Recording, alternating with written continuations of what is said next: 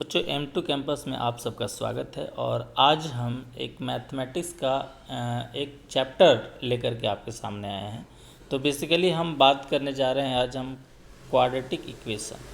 आप सबने नाम सुना होगा क्वाड्रेटिक इक्वेशन का, तो उसी क्वाड्रेटिक इक्वेशन की हम बात करने जा रहे हैं। तो क्वाड्रेटिक इक्वेशन की अगर हम बात करें तो उसमें थोड़ा सा पेन के साइज़ को हम थोड़ा छोटा कर देते हैं ताकि आपको आसानी से दिखे और हम क्वाड्रेटिक इक्वेशन की बात करेंगे। तो चलिए हम स्टार्ट करते हैं। तो ये जो क्वाड्रेटिक इक्वेशन है ना, इसको आप लिखेंगे क्वाड्रेटिक इक्वेशन। ये हमारा क्वाड्रेटिक इक्वेशन है। चलिए इसमें हम बात करने जा रहे हैं, हम डिटेल्स में चर्चा करेंगे। Basically standard form of quadratic equation होता क्या है? तो standard form of quadratic equation होता है X square plus B X plus C equals to 0। This is the standard form of quadratic equation. अब कह रहे क्वाड्रेटिक इक्वेशन में होता क्या? तो दो तरीके से हम इस क्वाड्रेटिक इक्वेशन को सोल्व करते हैं। पहला होता है middle splitting term. Middle split करके और उसको हम सोल्व करते हैं।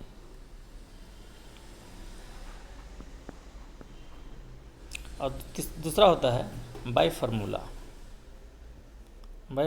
के द्वारा। तो आपको हम दोनों तरीके से हम इसको सोल्व करके बताएंगे कि बाय मिडिल स्प्लिटिंग और बाय फार्मूला कैसे सोल्व किए जाते हैं। तो चलिए हम स्टार्ट करते हैं। और पहले हम आपको एक क्वेश्चन ले लेते हैं। क्वेश्चन नंबर फर्स्ट कह रहा है कि हमारे पास एक क्वेश्चन है, थोड़ा सा हम ना कलर चेंज कर लेते हैं तो आपको अच्छा लगेगा। वाइट कलर ले लेते हैं। तो हमारे पास एक क्वेश्चन है, एक हम क्वेश्चन ले लेते हैं कि X square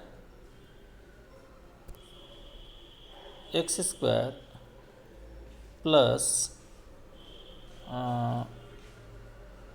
5x plus 6 equals to 0 दिया हुआ है।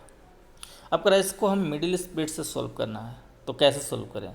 तो बहुत सिंपल है कि आप करेंगे इसे कि ये देखिए फर्स्ट टर्म ये है और लास्ट टर्म ये है। फर्स्ट टर्म और लास्ट टर्म को यदि मल्टीप्लाई करेंगे आप तो 6x स्क्वायर होगा। इधर साइड में लिख देते हैं 6x स्क्वायर होगा।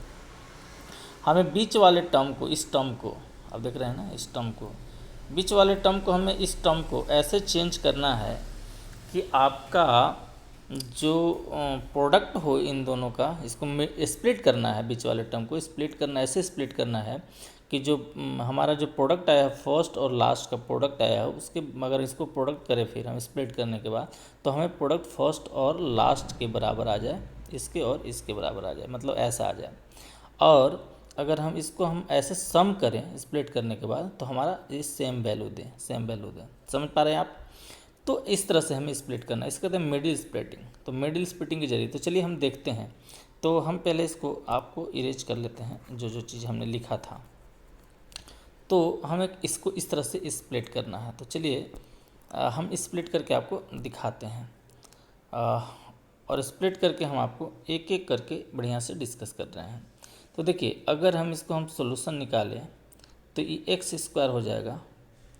और अगर हम 5x को, चूँकि सारे प्लस में टर्म है, तो 5x को हम ऐसे कर सकते हैं 3x प्लस 2x। इसको 5x को हमने स्प्लिट कर दिया तो 3x प्लस 2x हो गया। और लास्ट में हमारे पास 6 बच रहा है तो 6 को हमने 6 लिख दिया। अब देखिए इन दोनों को आपस में मल्टीप्लाई करते हैं, ये दोनों को आपस में मल्टीप्लाई करते हैं। तो आपको मैंने जैसे बताया था कि 6x स्क्वायर आएगा, तो बिल्कुल 6x स्क्वायर आ रहा है। और इन दोनों को आप फिर से सम करते हैं इन दोनों को, तो बिल्कुल 5x के बराबर आ जाएगा। तो हमने जो कहा था वो बिल्कुल करेक्ट हो गया। तो अब चलिए इसको हम रफ कर देते हैं, क्योंकि हमने बताने के लिए आपको ये किया था। अब हम इसके बाद हम करेंगे क्या?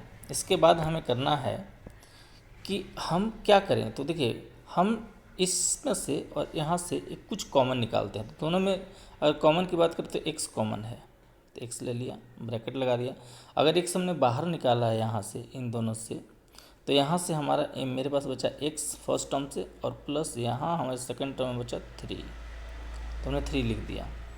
अब यहाँ देखिए प्लस है, हम अब यहाँ से कॉमन निकालेंगे, आपको कलर चेंज करके बताते हैं। तो यहाँ से दोनों से हम कॉमन निकालेंगे। अब यहाँ से क्या कॉमन निकालना है, तो यहाँ से हम देखिए दोनों में कॉमन अगर हम देखें तो 2 से इसमें भी है, 2 इसमें भी है और 2 इसमें भी है। तो 2 आप यहाँ से कॉमन निकाल लीजिए। हम यहाँ कलर चेंज करके बताते हैं आपको। तो 2 हमने यहाँ से निकाल लिया, तो यहाँ क्या मिलेगा हमारा, तो x+3 बच गया यहाँ भी। तो दोनों जगह यहाँ भी x+3 आया और यहाँ भी हमारे पास x+3 आया। तो x+3 जब आ गया तो x+3 हम दोनों से कॉमन निकाल सकते हैं। तो x+3 को हमने कॉमन ले लिया। तो अगर हमने कॉमन ले लिया तो हमारे पास यहाँ बचता है x और यहाँ बचता है 2, तो यहाँ x+2 बचा। तो देख रहे हैं हमारा फैक्टर जो आया वो क्या आ गया, तो फैक्टर सॉरी यहाँ पे ना 2 अच्छा से लिख देते हैं। तो हमारा जो फैक्टर आया तो 2 आ गया। तो देखिए हमारा जो फैक्टर आ गया क्वाड्रेटिक इक्वेशन का, और हम सबके बराबर 0, देखिए 0 हमने छोड़ दिया, तो 0 आप कभी छोड़ेंगे नहीं, इसको 0 साथ साथ लिखना है। अब कह रहा है कि हमारी वैल्यू क्या हुई, तो हम लिख सकते हैं कि दिस इम्प्लाई, चूँकि हम बीच में हमारा इक्वल टू है तो हम यहाँ पे दिस इम्प्लाई का साइन देते जाएंगे। तो हम x+3 इक्वल्स टू भी 0 हो जाएगा और x+2 इक्वल टू भी 0 होगा। तो यहाँ तक आप लोग नोट कर लीजिएगा, चूँकि हम इसको रफ करने वाले हैं। तो इतना आ गया। अब हम ख़त्म कर दिया।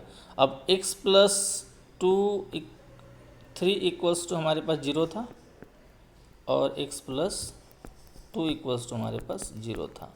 अब हमें करना क्या है, तो हमें x की वैल्यू निकालना। तो x इक्वल टू क्या होगा, तो 3 को इधर ले आएंगे तो -3 हो जाएगा और कॉमा लगाइए चाहे और लिखिए, और x इक्वल टू हो जाएगा -2।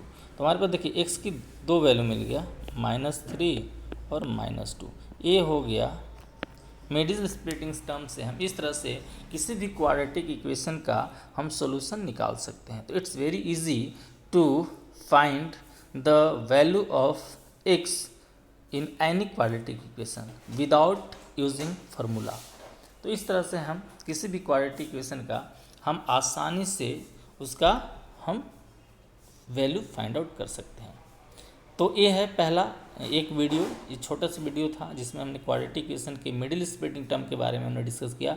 ऐसे ही और भी हम वीडियो बनाएंगे, छोटे छोटे वीडियो बनाते लाएंगे आपके लिए, जिसमें हम अलग अलग तरह के चीज़ों के बारे में डिस्कस करेंगे 1 बाई 1 करके। तो इसी उम्मीद और विश्वास के साथ कि आपको ये बात समझ में आई होगी मेरी, आप मुझे मेरी वीडियो को लाइक करें, सब्सक्राइब करें दोस्तों और बच्चों, और आप मुझे सपोर्ट करें। आपके लिए हम ऐसे ही कुछ छोटी छोटी चीज़ें और लेकिन बहुत ही इम्पोर्टेंट मामूली चीज़ आपके लिए हमेशा लाते रहेंगे। नमस्कार।